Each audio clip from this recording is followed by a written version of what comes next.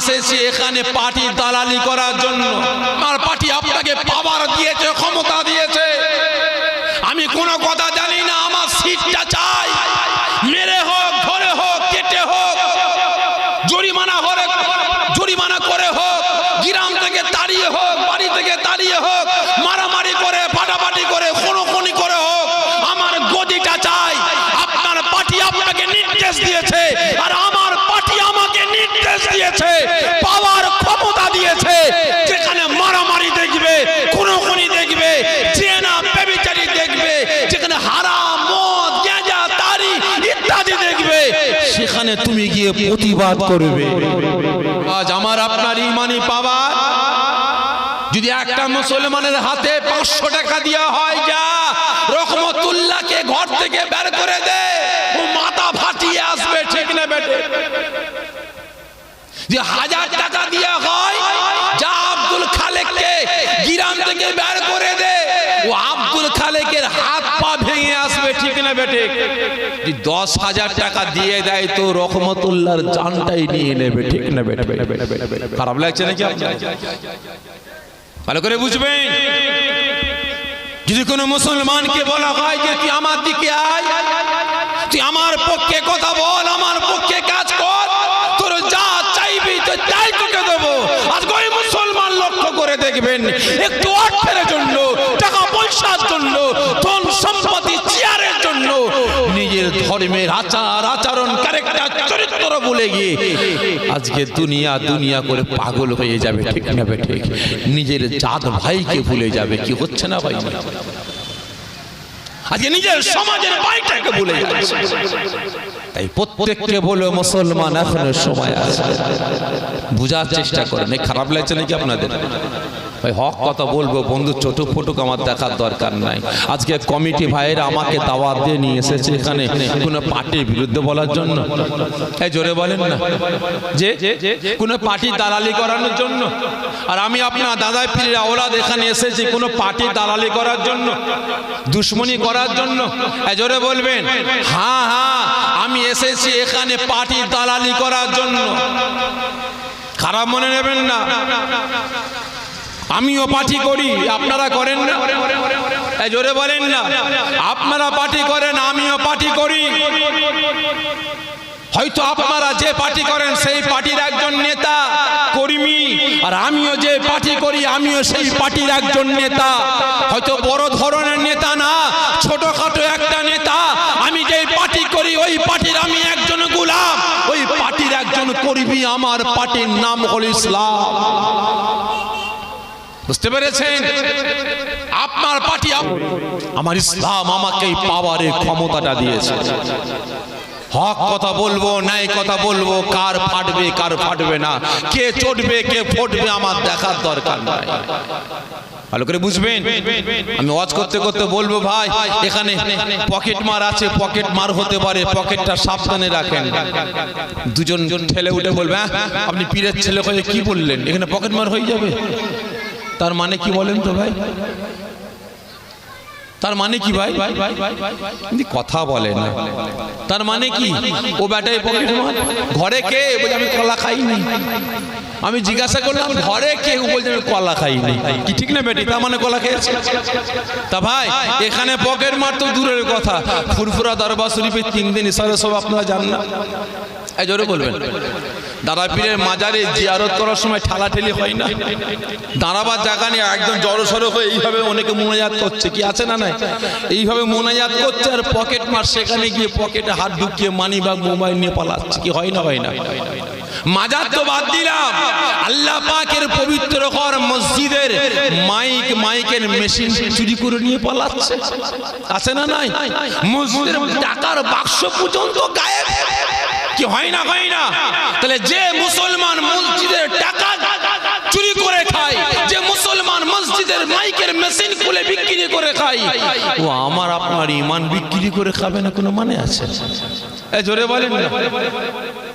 আমার আপনার একতা, ঐক্য, ভ্রাতৃত্ব, ভালোবাসা বিক্রি করে খাবে না, কোনো মানে আছে? তাই প্রত্যেককে বলি মুসলমান হকের উপরে চলুন, ন্যায়ের উপরে চলুন, কাজে লাগবে। আর না হলে ওই নামে তাল পুকুর ঘটি রবে না, বিরাট বড় পুকুর ভাই, এইটুকু পানি, পুকুরের দাম আছে? এই জোরে বলেন, দাম নাই।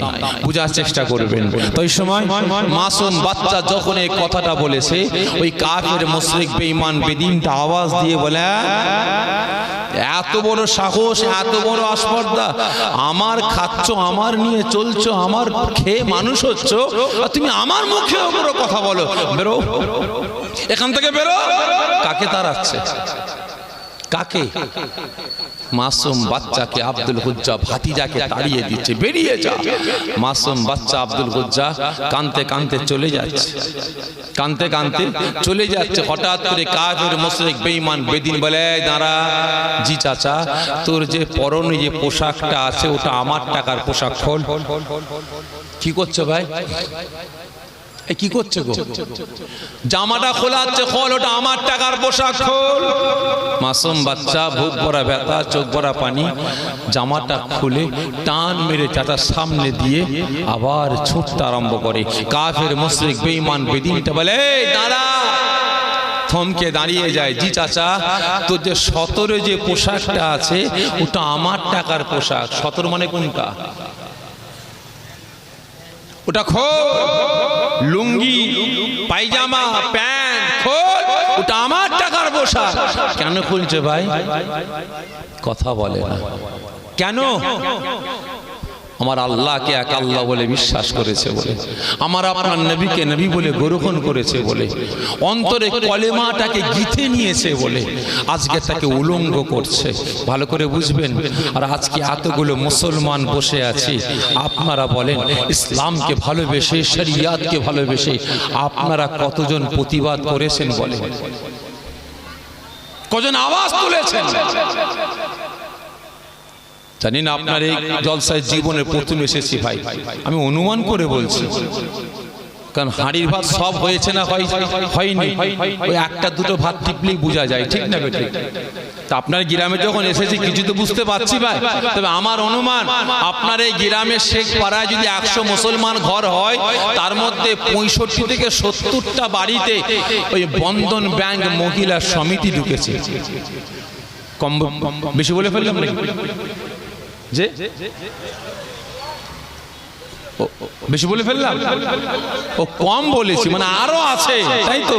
আচ্ছা বলেন তো, মদ খাওয়া, গাঁজা খাওয়া, সুদ খাওয়া, তারি খাওয়া, সুদের ব্যবসা করা, লটারি খেলা, পরের মেরে খাওয়া, ঝেড়ে খাওয়া, নামাজ না পড়া, রোজা না রাখা, শরিয়তের বারখিলাফ চলাফেরা করা, এগুলো হালাল না হারাম? এই জোরে বলবেন। হারাম। একজন পরের মেরে খায়, ঝেড়ে খায়, সুদের ব্যবসা করে, আর তার বাড়িতে একজন নামাজি, রোজাদার, ইমানদার যাবে, দাওয়াত দিয়েছে আপনাদের, তাহলে তার বাড়িতে গিয়ে আপনারা কি বলে খাবেন? যে একজন সুদখোর, হারামখোর, পরে ঝেড়ে খায়, মেরে খায়, তাহলে তার বাড়ি খাওয়াটা কি হালাল না হারাম? জোরে বলে। হারাম। তাহলে সে আপনাকে দাওয়াত দিয়েছে, তার বাড়িতে গিয়ে আপনি খাবেন, কি বলে খাবেন? যে এই কথা বলে না, কি বলে খাবেন? নাউজুবিল্লাহ। যে তাহলে বিসমিল্লাহ বলে খাবেন। তাহলে বিসমিল্লাহ বলে খেলে ঈমান থাকবে না যাবে? এই জোরে বলবেন। এই কথা বলে না, যাবে। তাহলে এবারে বলেন, সে মুসলমান থাকবে? থাকবে না। তার বিবি কি হবে? 3 তালাক পড়ে যাবে, ঠিক না বেটি? তার সন্তান কি হবে? জারক সন্তান হবে। তাহলে এবারে বলেন, সবই তো মাশাআল্লাহ আপনারা ভালোই জানেন, সবই তো জানেন। তাহলে আপনার বাড়ির আপনার চাচা, আপনার বাপ, আপনার ভাই, আপনার ছেলে, আপনার মেয়ে, আপনার বন্ধু বান্ধব, আত্মীয় স্বজন, প্রত্যেকে জাহান্নামের দিকে এগিয়ে যাচ্ছে, প্রত্যেকে জাহান্নামী হচ্ছে। তাহলে আপনারা বলেন, একবার প্রতিবাদ করেছেন? আওয়াজ তুলেছেন? কথা বলে না। আন্দোলন করেছেন, মিটিং করেছেন, পাড়ায় পাড়ায় সালিশি সভা বসিয়েছেন যে আমার পাড়ায় কোনো মদ, কোনো গাঁজা, কোনো তারি, কোনো সুদ চলবে না। আমার পাড়ার কোনো যুবক তার বাপ মায়ের উপরে অত্যাচার, জুলুম, নির্যাতন রহমতুল্লাহ, তোর ছেলে বেনামাজি, তোর ছেলেকে নামাজ পড়তে বল, নামাজ না পড়লে এক ঘরে করে দেবো। এই আব্দুল খালেক, তোর বিবি মহিলা সমিতিতে নাম লিখিয়েছে, বেপর্দা হয়ে ধেই ধেই করে ঘুরে বেড়াচ্ছে, বন্ধ কর। যদি এগুলো চলে তোকে এক ঘরে করে দেবো, পাড়া থেকে আলাদা করে দেবো বলেছেন। জোরে বলেন, সালিশি সভা করেছেন? করেননি? হ্যাঁ করেছেন। কিসের জন্য? মুসলমান হয়ে আর এক মুসলমানকে, নামাজি হয়ে আর এক নামাজিকে জাহান্নামের আগুন থেকে বাঁচিয়ে জান্নাতে নিয়ে যাওয়ার জন্য না। করেছি সালিশি সভা, মিটিং করেছি কার জন্য? ইনি আমার পক্ষে কথা বলে না, ইনি আমার পক্ষে আওয়াজ তোলে না, ইনি আমার পক্ষে ঝান্ডা ধরেনি বলে ইনাকে গ্রাম থেকে তাড়াবার জন্য সালিশি সভা করেছি, ঠিক না? ইনাকে এক করে করার জন্য মিটিং করেছি, আলাদা করেছি। কিন্তু ইসলাম থেকে সরে যাচ্ছে, শরিয়াতের বিধান থেকে সরে যাচ্ছে, জাহান্নামের দিকে এগিয়ে যাচ্ছে। ওকে জাহান্নামের আগুন থেকে বাঁচিয়ে জান্নাতে নিয়ে আসার জন্য একবারে কেউ মুখ খোলে না। ভালো করে বুঝবেন, প্রত্যেককে বলছে মুসলমান এখনো সময় আছে, এখনো সময় আছে। নিজে বাঁচুন, পরিবারকে বাঁচান, আত্মীয় স্বজনকে জাহান্নামের আগুন থেকে বাঁচান, কাজে লাগবে। আর না হলে সব শেষ। ওই সময় মাসুম বাচ্চা আব্দুল কুজ্জা আল্লাহকে এক আল্লাহ বলে বিশ্বাস করেছে, রাসূলকে নবী বলে গ্রহণ করেছে বলে, অন্তরে কলেমাকে গিথে নিয়েছে বলে, তার চাচা আওয়াজ দিয়ে বলে, ভাতিজা তোর যে সতরে পোশাকটা আছে ওটা আমার টাকার পোশাক, খোল খোল। ও আমার ভাইজান, ওই সময় আল্লাহ পাকের মাহবুব বান্দা রাসূল পাক সাল্লাল্লাহু আলাইহি ওয়াসাল্লামের যুবক সাহাবা ওই সময় আর থাকতে পারে না, টানকা থেকে সোজা করলেন, টানকাটা সোজা করে শাখাটা আঙুলটাকে সোজা করে আসমানের দিকে উঁচা করতে লাগেন। বুক ভরা ব্যথা, চোখ ভরা পানি নিয়ে শাখাটা আঙুলটাকে উঁচা করে কাঁদতে কাঁদতে বলতে আরম্ভ করেন, আয় আমার আল্লাহ, আয় আমার রব, আয় আমার প্রভু, আমি মাসুম বাচ্চা, আল্লাহ আপনাকে এক আল্লাহ বলে বিশ্বাস করেছি। আল্লাহ আপনার হাবিবকে, আখির জামানার পয়গম্বরকে, নবী মুহাম্মদ রাসূলুল্লাহ সাল্লাল্লাহু আলাইহি ওয়াসাল্লামকে নবী বলে গ্রহণ করে নিয়েছি বলে আল্লাহ পাক আপনার হাবিবের পবিত্র জবানে ওই পবিত্র বাণীটা লা ইলাহা ইল্লাল্লাহ মুহাম্মাদুর রাসূলুল্লাহ সাল্লাল্লাহু আলাইহি ওয়াসাল্লাম এই কলেমাটাকে আমার অন্তরে গিতে নিয়েছি বলে আল্লাহ পাক আমার চাচা আমাকে উলঙ্গ করতে লেগেছে। আয় আমার আল্লাহ, আপনি সাক্ষ্য থাকুন, সাক্ষ্য থাকুন। ওই সময় ওই মাসুম বাচ্চা যুবক ওই আব্দুল কুজ্জা সতরের কাপড়টাকে খুলে চাচার সম্মুখে টান মেরে ফেলে দিয়ে দুটো হাত দিয়ে নিজের সতরটাকে ঢাকা দিয়ে ছুটতে আরম্ভ করেছে। ছুটে ছুটে ছুটে ছুটে নিজের বাড়ির সামনে গিয়ে হাজির, কাঁদতে কাঁদতে আওয়াজ দেন, ও আমার আম্মা জান, ও আমার মা জননী, সরে যান, সরে যান, সরে যান, আপনার ঘরের ভিতরে আপনি ঢুকে যান। বগানের ভিতর থেকে আওয়াজ আসে, কে বাবা? আমাকে মা বলে ডাকছো বাবা? কে বাবা? আমাকে আমার রুমের ভিতরে যেতে বলো বাবা। ওই সময় আব্দুল কুজ্জা কাঁদতে কাঁদতে বলতে লাগে, ও আমার আম্মা জান, ও আমার আম্মা জান, আমি আপনার কলিজার টুকরা সন্তান, আমি আব্দুল কুজ্জা আজকে অসহায় হয়ে গিয়েছি, আজকে গরিব হয়ে গিয়েছি। আম্মা জান, আপনি ঘরের ভিতরে চলে যান, আমি আব্দুল কুজ্জা, আমি উলঙ্গ অবস্থায় আছি, আমি আমার রুমের ভিতরে যাব। আজকে উলঙ্গ করেছে কেন? আল্লাহকে এক আল্লাহ বলে বিশ্বাস করেছে, তাকে উলঙ্গ করে তাড়িয়ে দিয়েছে। ভালো করে বুঝবেন।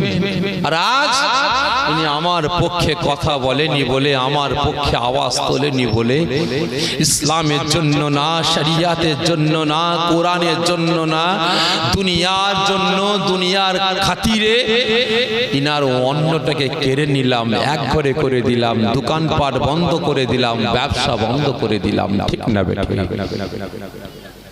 ভালো করে বুঝবেন। ওই সময় মা জননী ঘরের ভিতরে ঢুকে গিয়ে আওয়াজ দিয়ে বলে, বাবা ভিতরে আয়, বাবা ভিতরে আয়। মাসুম বাচ্চা আব্দুল কুজ্জা তার ঘরের ভিতরে ঢুকে রুমের ভিতরে গিয়ে দরজা বন্ধ করে দেয়, জানালাটা একটু খুলে হাতটা লম্বা করে বাড়িয়ে কাঁদতে কাঁদতে বলে, আম্মা জান, আমার মা জননী, আমি আপনার কলিজার টুকরা সন্তান, ছোট থেকে বড় হয়েছি, আপনার কাছে কোনো জিনিস আমি চাই না, কোনো জিনিস চাই না, আপনাকে কষ্ট দিইনি, ব্যথা দিইনি। আম্মা জান, আজ আমি আপনার বেটা অসহায় হয়ে গেছে, আজকে গরিব হয়ে গেছে, আমার চাচা আমাকে উলঙ্গ করে তাড়িয়ে দিয়েছে। মা জননী বলে, কেন বাবা, কি হয়েছে বাবা? আম্মা জান, আমি আপনার বেটা আল্লাহকে এক আল্লাহ বলে বিশ্বাস করেছি বলে, আখিরি জামানার নবীকে নবী বলে গ্রহণ করেছি বলে, তিনার পবিত্র জবানের বাণী কলেমাটাকে অন্তরে গিথে নিয়েছি বলে আমার চাচা আমাকে উলঙ্গ করে তাড়িয়ে দিয়েছে। আম্মা জান, আমাকে এক টুকরো কাপড় দেবেন, এক টুকরো কাপড় দেবেন? আম্মা জান, আমি আমার সতরটাকে ঢাকা দেবো, সতরটাকে ঢাকা দেবো। মা জননী ঘরের ভিতরে গিয়ে হাত রাখছে, খুঁজছেন, আমার বেটা আমার কাছে কাপড় চেয়েছে, কি দেবো? খুঁজে খুঁজে খুঁজে খুঁজে একটা ছিঁড়া ফাটা ফুটো নোংরা চাদর পেয়েছে, ওই চাদরটাকে মুড়ে নিয়ে এসে জানালা দিয়ে গলিয়ে বলে, বাবা এই চাদরটা নিয়ে, বাবা তুই আমার কলিজার টুকরা সন্তান, আমি তোর মা, তুই বাপ হারা হয়েছিস, আমি তোর মা হয়ে তোর হক আদা করতে পারিনি, তোকে ভালো মন্দ খাওয়াতে পারিনি, পড়াতে পারিনি বাবা, আজকে তুই এক টুকরো কাপড় চেয়েছিস বাবা, আমার বাড়িতে আমার পরনের কাপড়টা ছাড়া আর এই নোংরা কাপড়টা ছাড়া আর কোনো কাপড় নাই বাবা। বাবা আব্দুল গজ্জা, ধর বাবা এই কাপড়টা নিয়ে সতরটা ঢাকা দিয়ে বাইরেতে আয়। মাসুম বাচ্চা কোন রকমের চাদরটাকে মুড়ে সতরটা ঢাকা দিয়ে ঘরের বাইরে এসেছে, ছুটে এসে মাকে জড়িয়ে ধরে, মা বেটাকে জড়িয়ে ধরে, মা বেটার গালে চুমা খায়, বেটা মায়ের গালে চুমা খায়। ওই সময় মা জননী কাঁদতে কাঁদতে বলে ওঠেন, বাবা তুই মুহাম্মদকে এতটা ভালোবেসে ফেলেছিস, আল্লাহকে এতটা ভালোবেসেছিস, মুহাম্মদের ধর্ম ইসলামকে এতটা ভালোবেসেছিস। জি আম্মা জান, আমি এতটা ভালোবেসেছি, আমি আপনার বেটা বলছে আমি আব্দুল গজ্জা মরে যাব, শেষ হয়ে যাব, আমি আব্দুল গজ্জা আমার জবান থেকে আমি কলেমাকে ছাড়তে পারবো না। জোরে বলবেন না? আর আজ আমি আপনি সব ছাড়ার জন্য তৈরি আছি। কি গো, সব ছেড়ে দেবো, ইসলাম ছেড়ে দেবো, মসজিদ ছেড়ে দেবো, নামাজ ছেড়ে দেবো, রোজা ছেড়ে দেবো, শরীয়তের বিধান ছেড়ে দেবো, কিচ্ছু আমার দরকার নাই, আমার শুধু বান্ডিল হলেই হলো। কি ঠিক না বেঠিক আছে না? নাই শুধু সাধারণ মানুষ আপনাদের কি বলবো, আমি আমাদের কথা বলছি, এই টুপিওয়ালা দাড়িওয়ালাদের কথা বলছি। আজকে আমাদের সমাজে কিছু কিছু লক্ষ্য করুন, ইমাম সাহেব, মুয়াজ্জিম সাহেব, পীর সাহেব, পীরজাদা, হাফেজ সাহেব, কারি সাহেব, মৌলানা সাহেব, মুফতি সাহেব, এ বেটাদের ইসলাম জাহান্নামে যাবে কি জান্নাতে যাবে? মুসলমান জান্নাতে যাবে কি জাহান্নামে যাবে? দাদা পীরের সিলসিলা জাহান্নামে যাবে কি জান্নাতে যাবে? দাদা পীরের মুরিদরা জাহান্নামে যাবে কি জান্নাতে যাবে?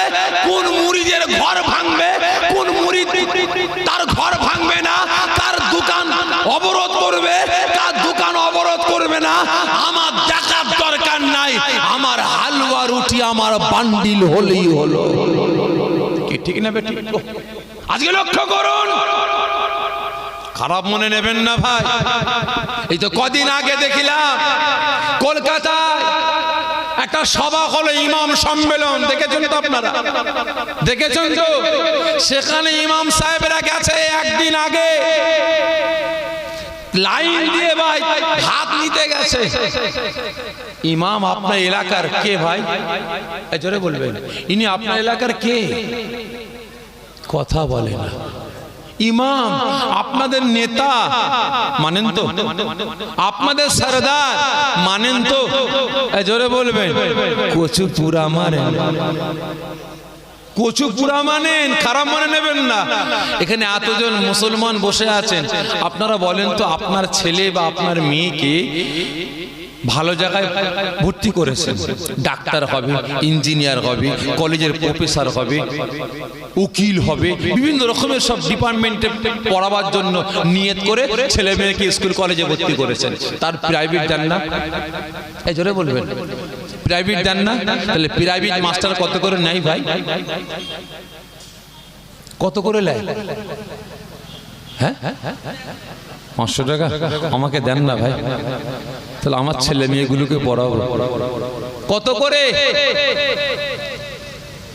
1000, 1500, 2000, 2500। ইংলিশ টিচার হলে 2500, 3000, আর বেশি লাই, তো কম না কি? ঠিক না বেটি? আমি সব বাদ দিলাম, আমি আপনার কথাটাই ধরলাম।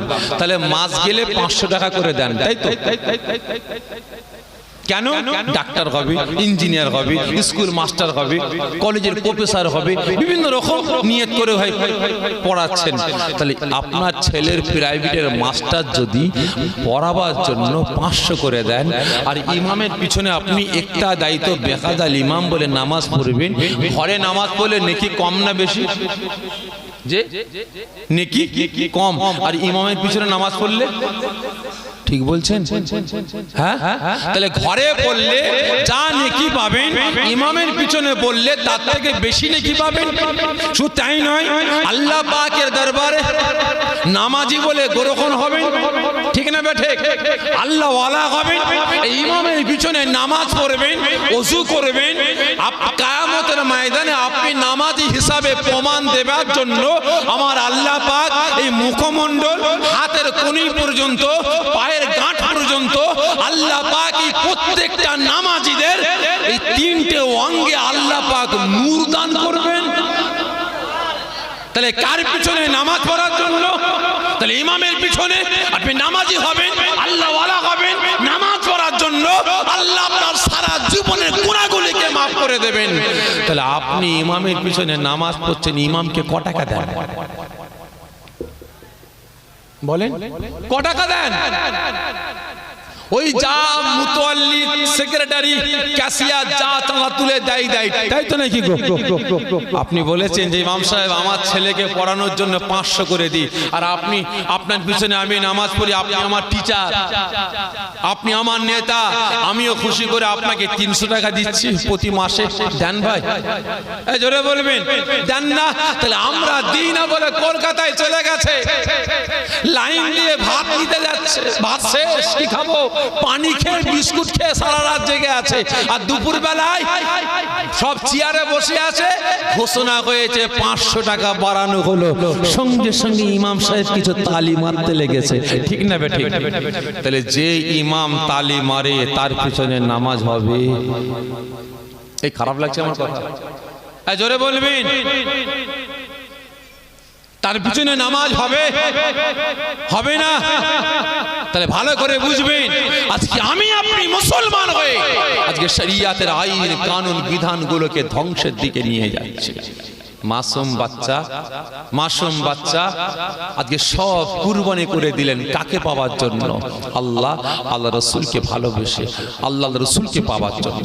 ওই সময় মা জননী থাকতে পারেন না, আওয়াজ দিয়ে বলেন, বাবা আমি তোর মা তোকে বলছি, যা, আমি তোর মা তোকে সারা জীবনের জন্য বিদায় দিয়ে দিলাম তোর ভালোবাসার মানুষের কাছে, এই জামানার পয়গম্বরের কাছে, তুই সারা জীবনের জন্য চলে যা। জোরে বলেন না সুবহানাল্লাহ। আর আজকে আমি আপনি ইসলামের কাছে ঠিক মতো নাই, শরিয়াতের কাছে ঠিক মতো নাই, আল্লাহ রসুলের কাছে ঠিক মতো নাই। তাই প্রত্যেককে বলছি, এখনো সময় আছে, আল্লাহ পাকের পক্ষে আসার মতো আসুন, আর না হলে বেরিয়ে যান। আমার আপনার মতো গাদ্দার মার্কা মুসলমান আমার আল্লাহ পাকের প্রয়োজন নাই, রসুলের প্রয়োজন নাই। এটা আমি বলছি না, আমার আল্লাহ পাক স্বয়ং নিজে বলছেন। আল্লাহ নবী, দয়া নবী আমার সাহাবাদের নিয়ে কথাবার্তা বলছেন, আলাপ আলোচনা করছেন। হঠাৎ করে রসুল আমার বলে উঠলেন, বাবা সাহাবারা, আমি রসুল ওই পাহাড়ি উপত্যকায় যাব। কেন হুজুর? আমি ওই পাহাড়ি উপত্যকায় একজন বীর পালোয়ান বসবাস করে, তার কাছে যাব, কলেমার দাওয়াত, ইসলামের দাওয়াত নিয়ে। হুজুর আপনি ওখানে যাবেন? হ্যাঁ বাবা। হুজুর যাবেন না কেন? ওই বীর পালোয়ান রুকানা একজন বীর পালোয়ান, ও একজন হিংস্র, আপনি গেলে আপনার ক্ষতি করে ফেলবে, শহীদ করে ফেলবে। হুজুর আমরা যেতে দেবো না, কারণ আপনি ওখানে গেলে আমরা নবী খারাপ হয়ে যাব, রসুল খারাপ হয়ে যাব। হুজুর আপনার হুকুম পালন করার জন্য আমরা যথেষ্ট আছি। রসুল আমার খামোশ হয়ে গেলেন, চুপ হয়ে গেলেন। একদিন রসুল আমার কোনো কথা বললেন না, নুকিয়ে নুকিয়ে ওই পাহাড়ি উপত্যকায় চলে গেলেন। কাফের মুশরিক বেঈমান বেদিনের কাছে নবী আমার গিয়ে সেখানে কলেমার দাওয়াত দেওয়া শুরু করলেন। কার কাছে? রুকানার কাছে, বীর পালোয়ানের কাছে। বাবা রুকানা, আমি আব্দুল্লাহর বেটা মুহাম্মদ এসেছি বাবা, আমার আল্লাহকে এক আল্লাহ বলে বিশ্বাস করো, আমাকে নবী বলে গ্রহণ করে নাও, ইসলাম ধর্ম কবুল করে নাও। সঙ্গে সঙ্গে কাফের মুশরিক বেঈমান বেদিন বলে ওঠে, আব্দুল্লাহর বেটা মুহাম্মদ তুমি এখানে এলে কিভাবে? এখনই পালিয়ে যাও, আমার সাথীরা দেখলে তোমাকে কতল করে ফেলবে, শহীদ করে ফেলবে। রাসূল আমার বলে উঠলেন, বাবা আমি আব্দুল্লাহর বেটা মুহাম্মদ, আমার নসিবে যদি মরণ থাকে মরবো, তবে আমি রাসূল এখানে এসেছি তোমাকে জাহান্নামের আগুন থেকে বাঁচিয়ে জান্নাতে নিয়ে যাওয়ার জন্য। রাসূল আমার নাছর, রুকানাও নাছর, কোনো কথা শুনছে না। হঠাৎ করে বীর পালোয়ান বলে ওঠে, আব্দুল্লাহর বেটা মুহাম্মদ, ঠিক আছে